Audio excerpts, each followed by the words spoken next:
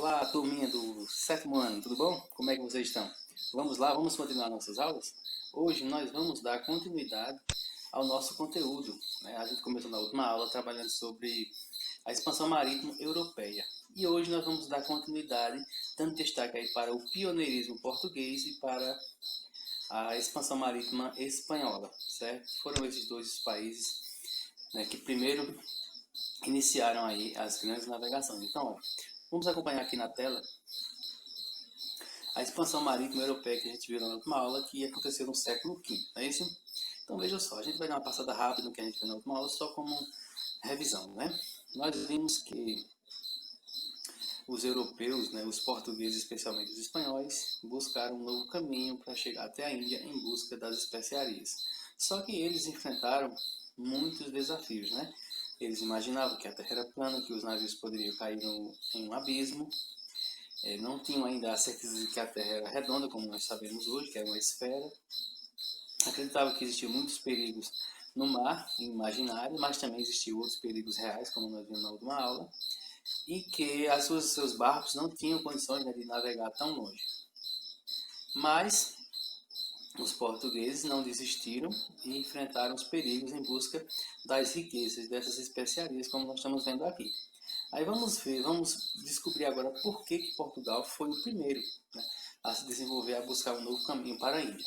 O primeiro povo que se propôs a explorar o Oceano Atlântico foram os portugueses. Uma série de fatores favoreceram para essa iniciativa. Veja só, pessoal, o caminho que eles descobriram, encontraram, né, para chegar até a Índia. Foi um novo caminho. O caminho que existia antes era esse, tinha que passar por dentro da Europa, pelo mar Mediterrâneo, e atravessar também aqui a Arábia, onde existiam muitas pessoas que controlavam esse comércio. Eles tinham que pagar altos impostos e chegavam com a sua mercadoria muito cara. Então eles buscavam um novo caminho e conseguiram, né? Depois de muito tentar, depois de muitos anos de tentativa, eles conseguiram essa viagem. E os fatores que contribuíram para isso foram a precoce centralização política. Quando nós vimos lá na primeira aula sobre a centralização política dos países lá da Europa, nós vimos que Portugal foi o primeiro a centralizar o poder nas mãos de um rei. Então isso facilitou para a organização dessas viagens, né? Outro fator que contribuiu foi a aliança do rei com a burguesia, que eram os comerciantes, e a Igreja Católica, né? A burguesia porque estava querendo enriquecer, querendo aumentar seu poder de comércio a longas distâncias, né? Buscar mercadorias e vender, e a Igreja que estava buscando novos fiéis para levar a fé católica, que na Europa, como eu expliquei na última aula, eles estavam perdendo espaço por causa das revoltas protestantes. Outro fator que fez com que os portugueses se destacassem e fossem os primeiros foi o domínio das técnicas de navegação. Veja só, quanto ao domínio das técnicas de navegação, podemos destacar a importância da Escola de Sagres, um centro de estudos náuticos que reunia geógrafos, cartógrafos, matemáticos, astrônomos, navegadores e construtores que desenvolveram e aperfeiçoaram instrumentos náuticos, como a bússola, a balestilha, mapas, embarcações e estudos sobre navegação. Isso tudo possibilitou que os portugueses pudessem navegar cada vez mais longe do litoral. Então os portugueses foram desenvolvendo instrumentos, né, de navegação como o astrolábio, como a bússola, desenvolveram vários mapas, né, seus navegadores iam viajando e ao longo dessas viagens eles iam desenhando os mapas e facilitando assim a localização, né? E foram desenvolvendo essas técnicas, por isso que eles se destacaram, foram os primeiros a ir mais longe nessa navegação. Veja aqui alguns instrumentos, a bússola, né, como eu falei, que serve para se guiar em qualquer região que você estiver, especialmente no meio do mar, onde você olha para todos os lados, só vê água, a bússola está sempre apontando para o norte, então você tem uma direção. Esse daqui é a balestilha, né, que consegue fazer a medição através dos astros, das estrelas. O quadrante também, e esse aqui é o astrolábio, né? Veja só que está aqui mostrando um destaque para o Sol. Então, eles tinham lá umas técnicas que faziam a medição e sabiam mais ou menos a posição onde eles estariam em relação ao ponto que eles saíram e para onde eles vão.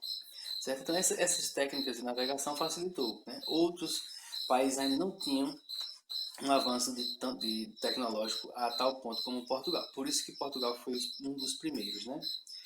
Outra técnica muito importante foi a criação das caravelas, que eram barcos pequenos, navios menores, mais leves e que tinham essas velas aqui, ó, triangulares que facilitavam para a navegação contra a corrente do vento. Então eles conseguiam navegar muito mais rápido e contra o vento e chegavam aos seus destinos. Então toda essa tecnologia também aqui, ó, a questão dos mapas, como eu já falei, né, eles desenvolveram vários mapas e eles estavam muito à frente dos demais. Por isso eles se destacaram e foram os primeiros, né, a enfrentar os perigos mesmo do mar.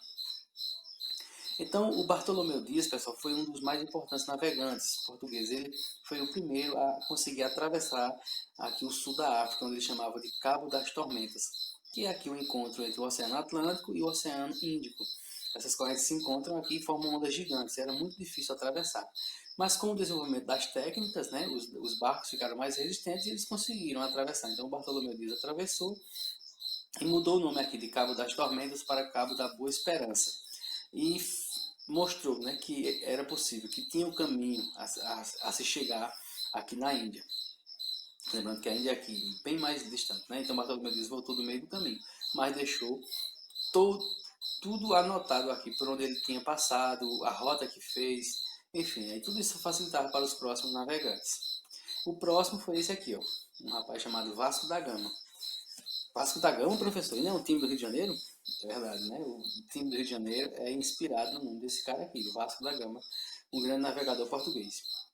Inclusive a bandeira do Vasco, né? Ela tem exatamente essa cruz aqui, ó, a cruz de Malta, que era a cruz dos navegadores portugueses. Então, pessoal, o Vasco da Gama, ele fez essa viagem aqui, ó. Saiu de Lisboa, lá em Portugal, e foi contornando aqui o continente africano, ultrapassou o Cabo das Tormentas, que agora seria Cabo da Boa Esperança, foi fazendo algumas escalas aqui no outro lado aqui da África, até chegar em Calicut, na Índia, onde eles encheram os navios de mercadorias e voltaram para Portugal e lá venderam ganhando muito dinheiro, né? Um preço bem mais elevado em relação ao que eles compraram aqui. Então, foi o início, né, do grande desenvolvimento econômico para Portugal. Então, Vasco da Gama fez essa rota e deixou aí o caminho aberto, com tudo anotado, com tudo feito aqui nos mapas, tudo direitinho, a distância.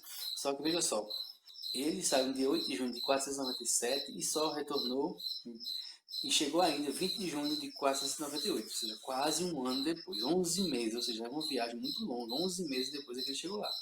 Provavelmente mais uns 6 meses para voltar. Então é uma viagem de quase 2 anos. Então o Vasco da Gama, quando retornou, ele deu uma passada aqui bem mais longe do continente africano, que se aproximou aqui de onde seria o continente americano. E aí onde vai entrar a chegada ao Brasil.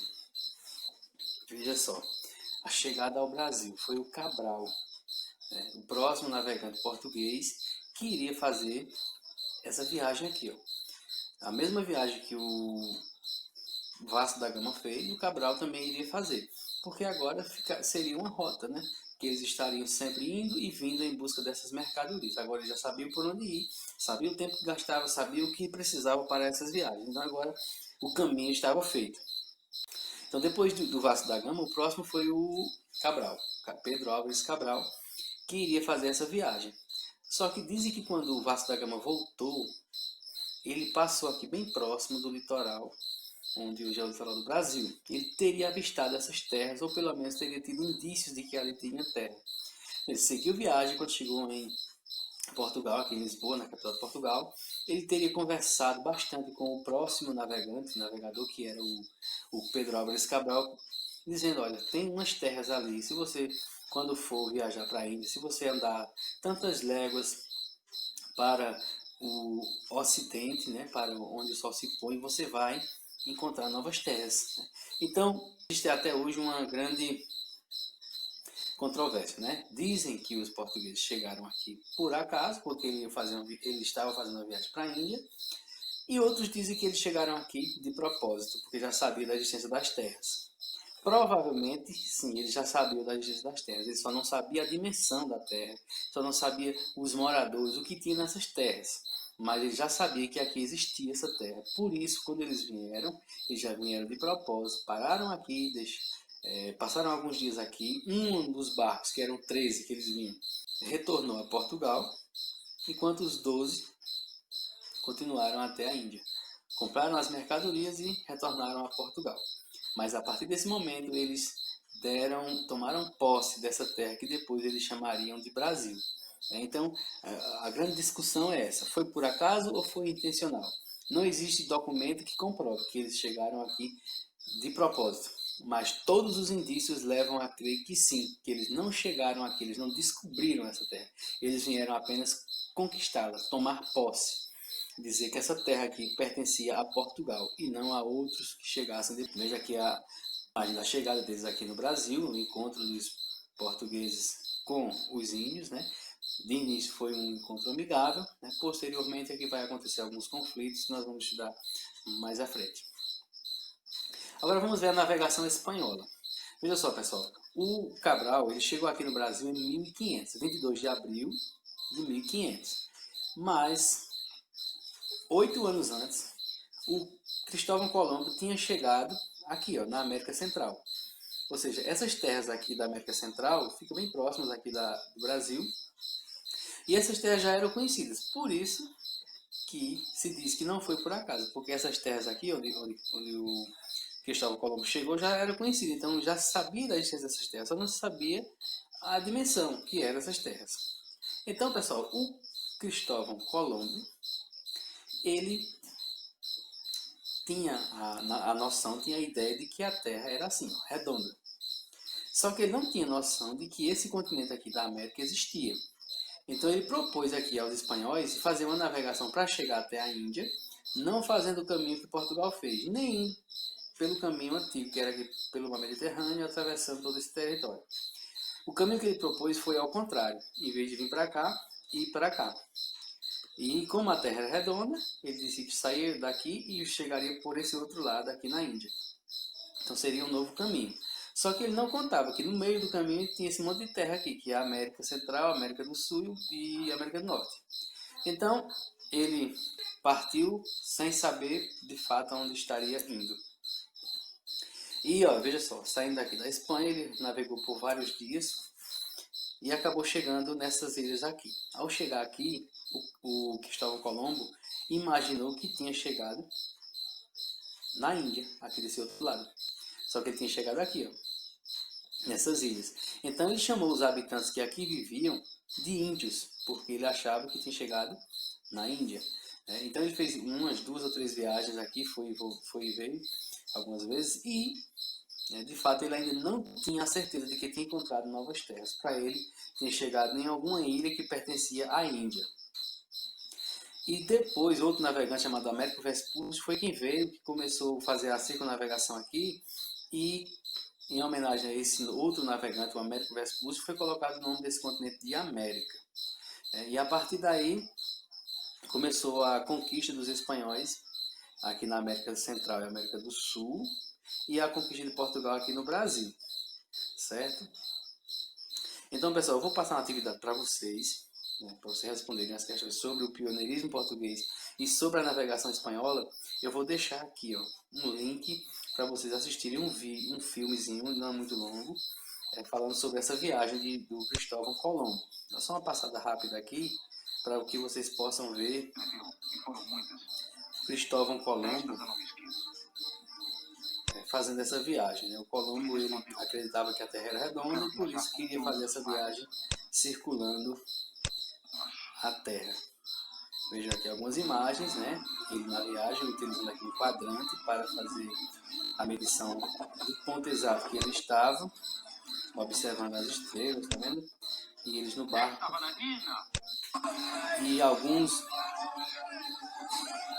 E aqui foi quando eles avistaram a Terra, que eles estavam perdidos, né?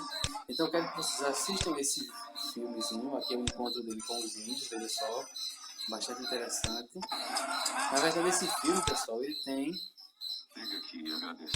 mais de 2 horas. No entanto, aqui é um resumo do filme, que vai ter apenas 36 minutos.